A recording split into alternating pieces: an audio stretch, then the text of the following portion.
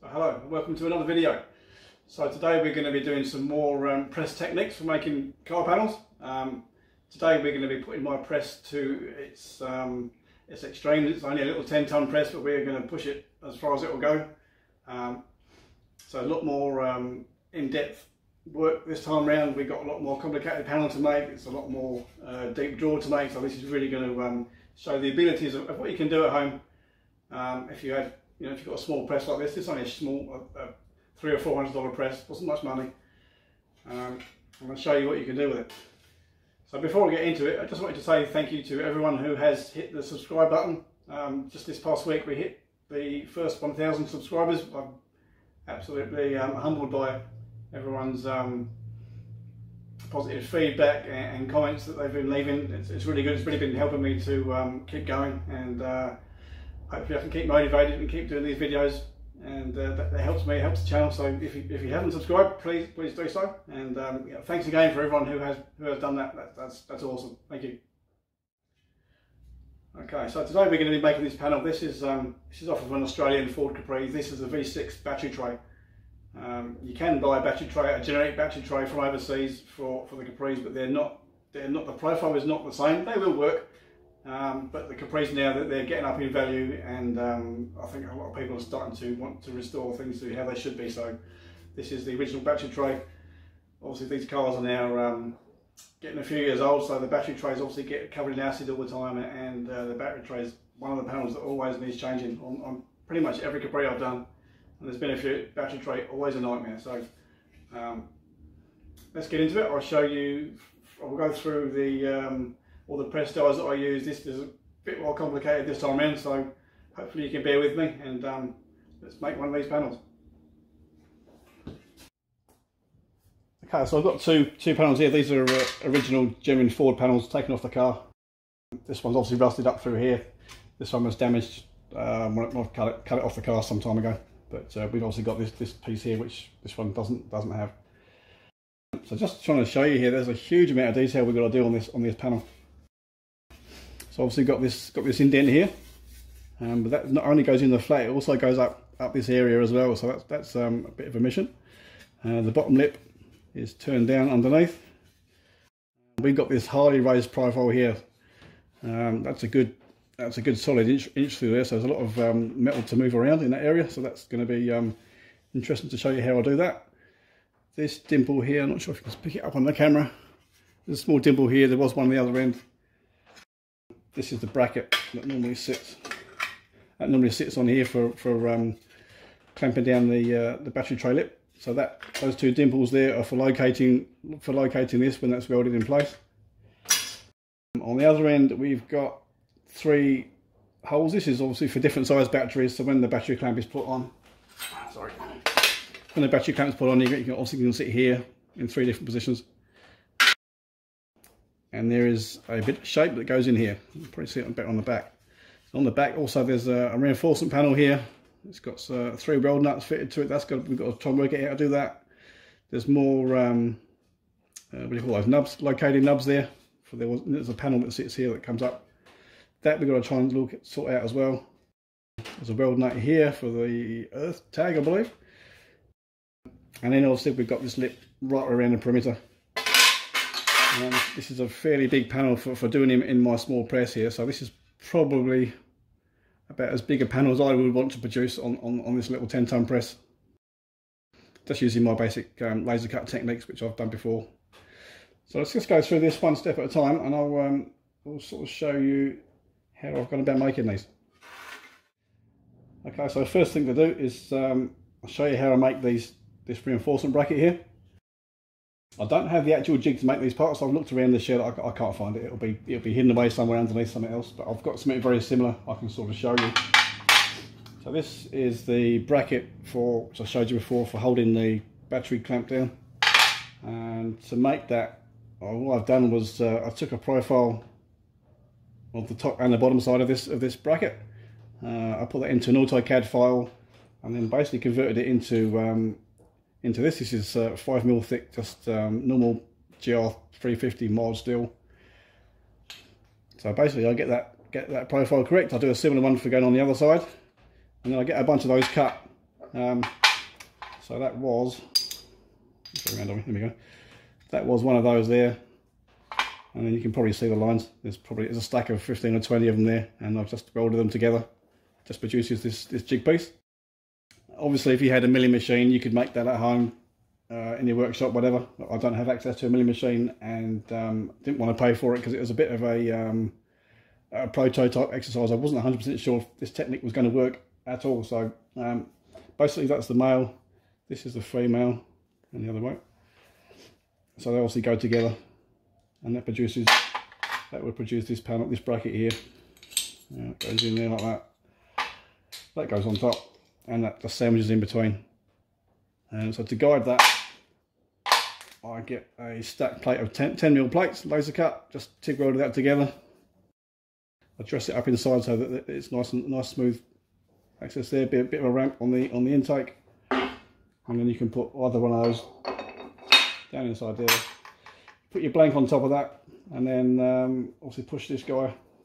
Use a hydraulic press and just push that down, and it makes the panels, makes the bracket. Sorry.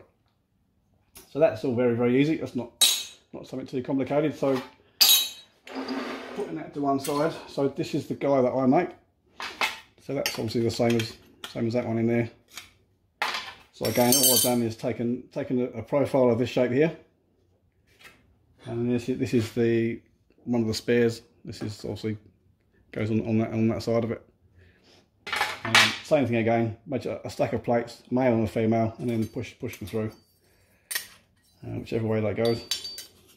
Oh, I can't get it right. Here we go. That way. There we go. So there's a male and a female, and that produces that little bracket. And then I couldn't find anywhere online or even at my suppliers to get these weld nuts similar to this. I couldn't find them. So I've just got the hexagonal weld nuts. They've got the 1mm locating lip on them. I've just TIG'd them on. You can see if I can zoom in a little bit. They're just TIG'd on in 3 places. Does the job. So that's for that. Next is this bracket here, which goes, I'll get the other one, sorry.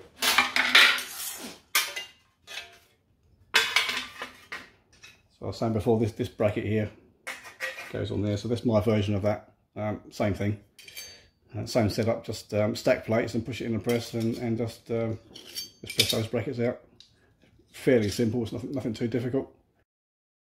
And you've got to obviously be wary of is these 3 strengtheners. You may have seen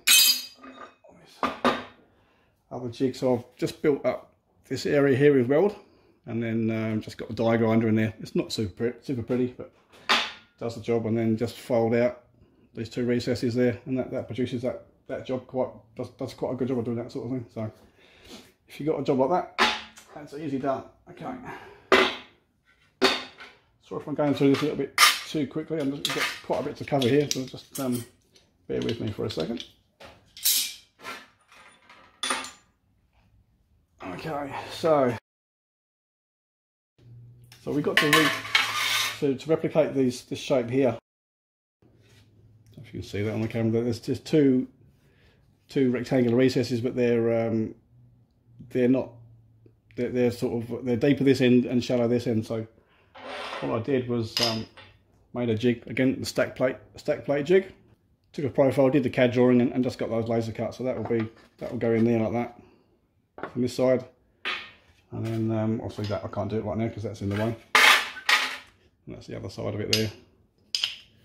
So you can see that would go together, and that will produce that. Okay, so that's that. So these here are my 2 main parts of the jig. I've got obviously a lower half and the upper half. I'll just turn that over. There we go. So basically all I do is, if you can imagine how this would be if it was sat in between 10mm plates, what shapes you would have to make that happen. So basically I've got a cutout here for doing that part I showed before. So this will that will sit in there. And then when the plate's on top, this will get pressed on top, and that will produce that. Then we got produce this recess here, so that obviously goes down. So I've had this laser cut out this is 10mm plate, and this one underneath is 5mm. So I've recessed that in flush and then just welded it in from underneath. So now we've got a 5mm recess for producing this, and the hole inside will do our lip here. This area here was an absolute nightmare just trying to work out how to do it. So I basically just made it up out of scrap and just welded it all together and just folded it all up, just done it all by hand. It's nothing too flash, but it does a really good job. I was concerned that it wouldn't actually work, because obviously when you're pressing these panels, the gap between the two press dies has to be, 1mm, 1.2 if you want to be fussy, but you can't have like a 2 or 3mm gap. It just won't work. It will look horrible. It won't be nice and tight. So this works quite good. So this is the male. I've got two bits sticking out there, so I'll drill a hole and just put in some 5mm dowels inside there. Actually, not dowels, they're I think they used to be bolts or screws. So they just sit in there, and that'll produce that little stick out nub for our locating point there. The one that goes on top's a bit of weight to it. This is two 10mm plates welded together. Look, it's not pretty on this side, it's just to make it functional, so that side doesn't matter. This is the working side, so it's all just designed to suit that profile. You can probably see that somewhere there. Okay, so let's assemble this. So this the blank sits on top. I'll make sure this is on the correct side. Those two holes just line up there. A locating bolt there just to locate the parts together. This guy goes on top. At this stage, I just nip them up. I don't go, I don't lock them all up all the way, because I've not got the alignment here perfect. I've got nothing here to align it, so I'll do that by eye in the press. So I just nip this up. And the other thing to note, when this goes in the press, so I've got bolts here which are sticking out. They always get in the way. Obviously, I could countersink these holes, use countersunk bolts, but for whatever reason, I didn't do that. So what I've got is another plate here. This is just welded together, just out of the offcuts that I had left over from laser cutting. So I've just put some recess holes here, and that will just sit on top of there. So this guy has to go in first, around that way. That sits in there. So that will now sit flush, so it can go in the press and slide around without causing me too many dramas. Alright, I'll mount this up in the press and we'll push this down. Okay, so we've got our two assembled dies here in the press.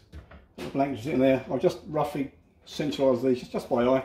The top and bottom dies will actually self-align, so if you're a little bit out, it'll put itself together. So let's put a press plate in here, and I'll bring the press down, and we'll see what you should be able to see all this metal moving around here.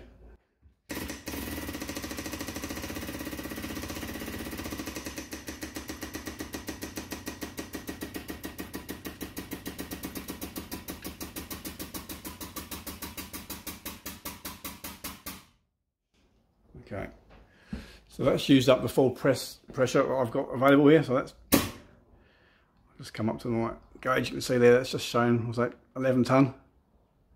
It's 10 tonne press, but it'll go more than that.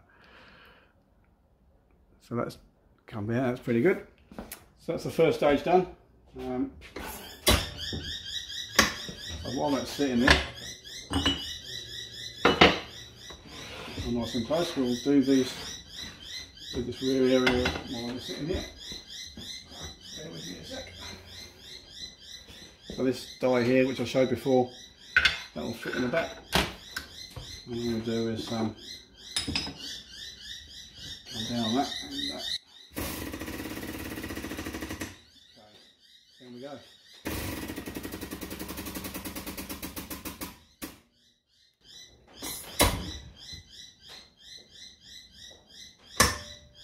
Okay, that's that done. The next thing we're going to do is we're going to press this central profile here. So what I've got, just come back to the bench very quickly, hang on.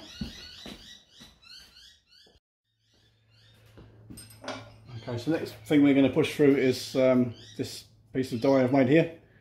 This is two stacks of 10mm plate, just laser cut, and I've just filed or linished the 45-degree chamfer, which you can see all the way around here. So this will form that shape up, hopefully. So the hole in my die has got almost no clearance. This is very tight fit, so it locates it really quite accurately. So let's put this back in the die, and we'll push that one through, and we'll form up this top profile. Okay, so this die goes in there, and then when this is all the way down, it's going to be 5mm below this top surface. Well, I did have some 5mm plate specifically for that job, but I can't seem to find it, so I'm just going to use some washers here. Not the best thing to do, but it will do the job. And then we'll put this plate on top. Just make some room. Okay, we'll put that guy on top. Get somewhere there. I'll bring that one down.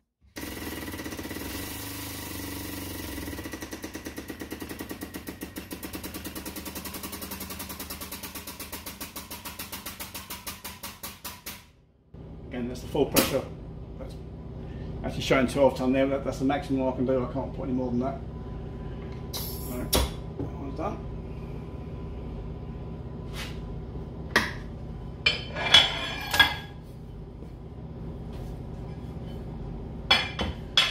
Okay, take the washers out.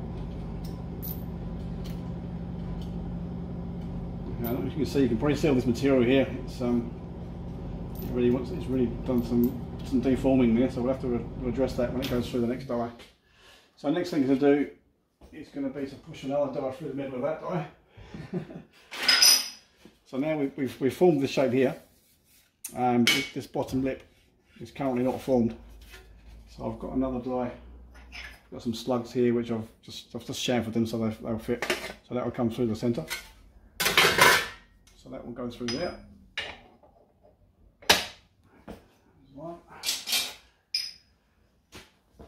I always put a big chamfer on the dies here just so they don't pinch. So we should be able to push that straight through.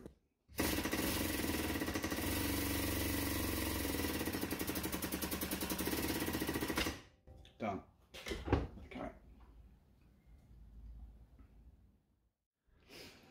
Okay, back on the bench here now. So I don't know if you notice these two holes here. I mentioned them before or not. So on our original, we've got these two little locating points. They go down. So what I've got is basically an old bolt rounded off the end, and I've just put a lock nut on it to set our height, so that can just sit on top of there. And there's about a 2 or 3 mil gap, which is obviously set to the height of our little locator there. So nice and easy. You can do it in the press, but just give it a quick tap.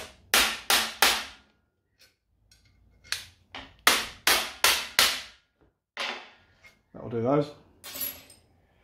Now, I'm going to take this out of the jig. I don't normally take this out of the jig, but I'm going to do it now.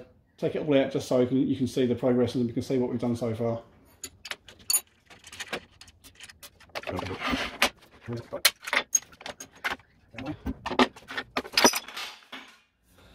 Okay, so far we've done this profile here. Those oval elliptical circles are now rounder.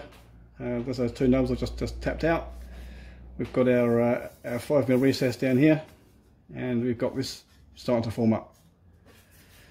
It's not quite finished yet. We've got to clamp this down there nice and tight, and we'll when we turn the edges, it will come up a lot better. But you can see it's starting to take shape. Okay, so next thing I'm going to do is I'll put this all back together again, and we'll put it in the press and hopefully form the sides up. So just bear with me while I assemble all this.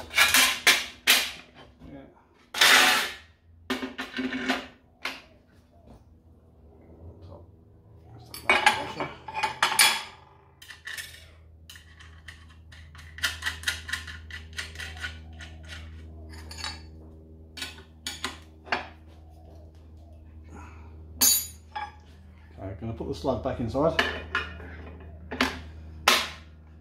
Now, I used to have a 5mm slug on top of that, but I can't seem to find it, so I'm just going to just space that out. Just use some washers. These just happen to measure 5mm thick, so that's a bit lucky. Now, to maintain, obviously I've got this bolt here which clamps up the back end of it, but I've got nothing this end to hold it down nice and tight. So what I do is this guy here I'll put up underneath, and this goes on top, and then I can put a bolt through.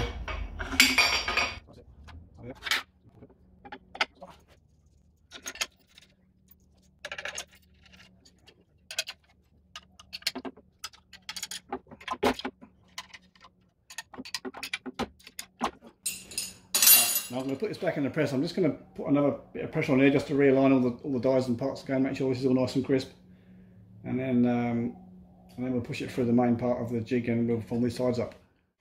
I've just put this back in the press. I'm just going to push this back down again now. This is just to reform all those edges again, make sure all nice and crisp.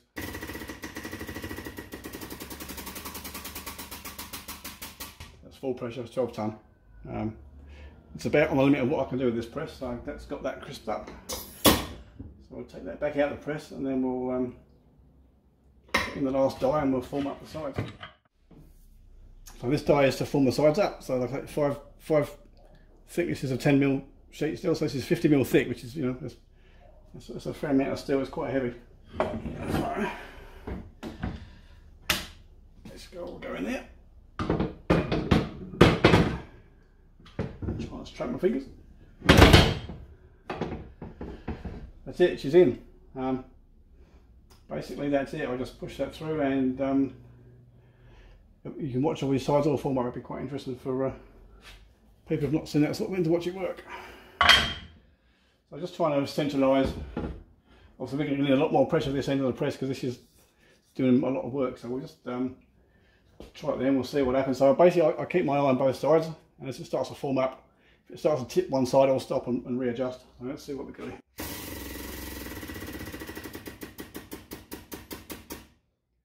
Okay, so it's just starting to tip there now. Going down nice and even. Okay, we're getting more down at the front and there like the back, but I'll keep going because this will probably stop in a sec. I'm going to move that back a bit. So I'm just going to move that back. It's not bringing the back lip around.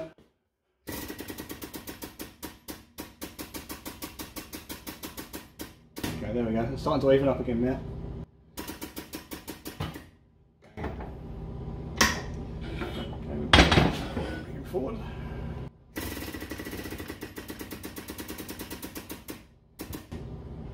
Okay, so now really I need to get some pressure down in here.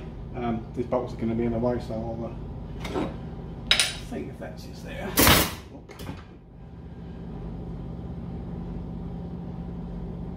Push the dial the other way earlier. I think that'll sit there nicely. Try not to hit our bolts. Is that going to fit? Oh, just about. Okay.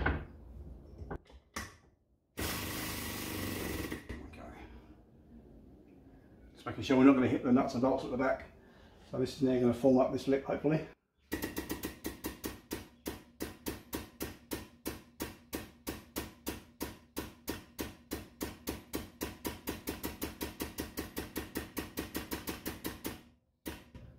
Okay, it's looking pretty good. It's even in the die. That's it, job done. A lot of weight in this thing.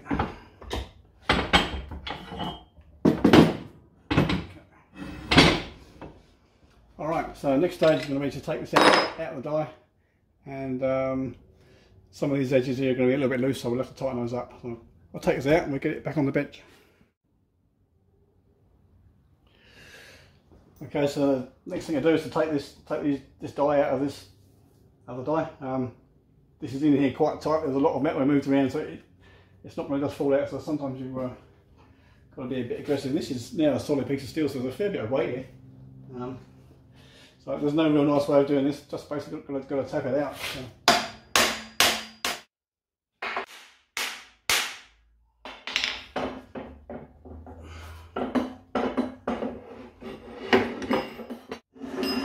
Okay, let's undo all these nuts and bolts and we'll see what we've got.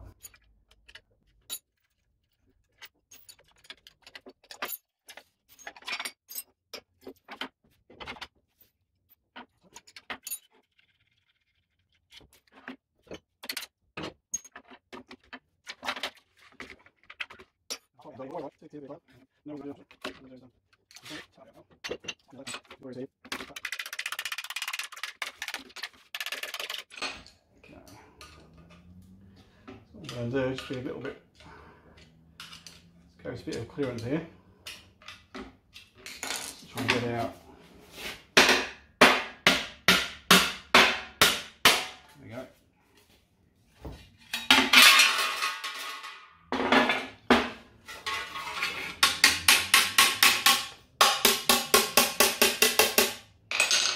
So you can see that's from the sides up, that's giving it a huge amount of rigidity. These lines are reasonably good, nice and fairly crisp. So you can see the two panels there, pretty similar. Compare apples with apples there, if you want to call it that. Okay, so I've got a little bit of work here just to tidy that up. Got a little bit of shape into that, so we can clean that up.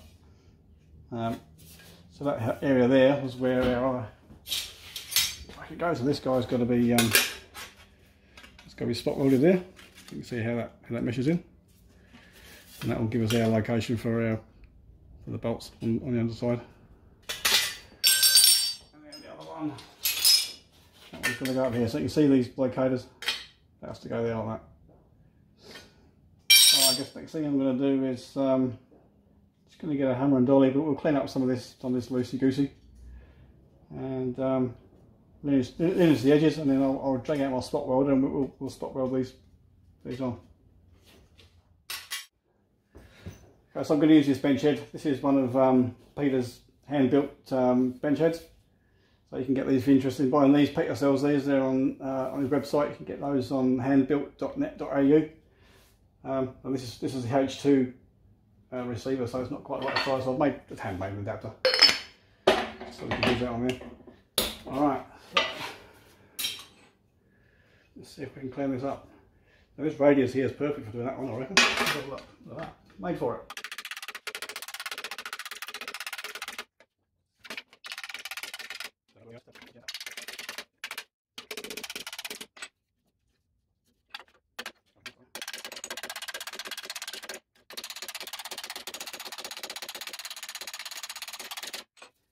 Okay, not too shabby. So we've got a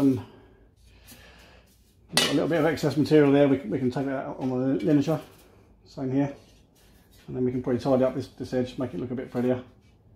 So we'll let's hop into the other shed and we'll give that a bit of a clean up.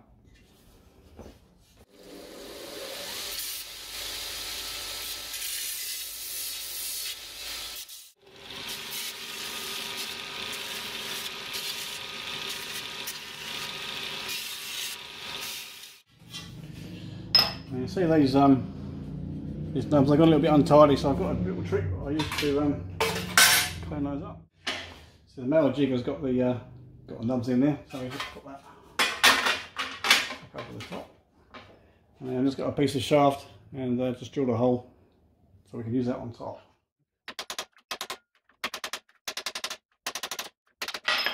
Okay, so I sharpened those up. I'm pretty happy with that. Looks good from the back.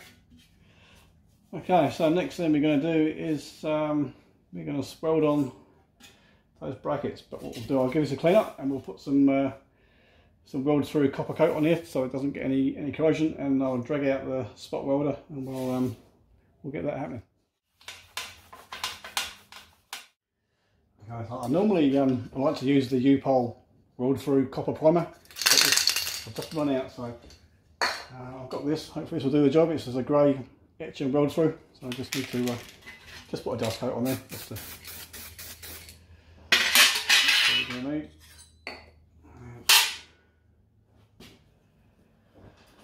save my bench getting covered in paint.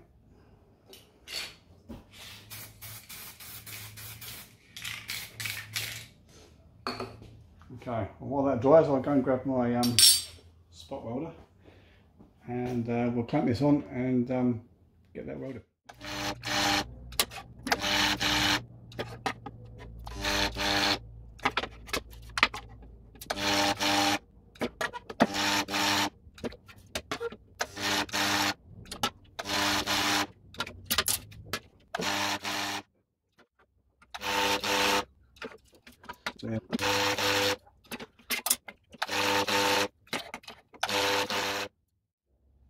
So that's just about it. So the only thing I haven't done is welded on the weld nut which goes on here for the earth tag.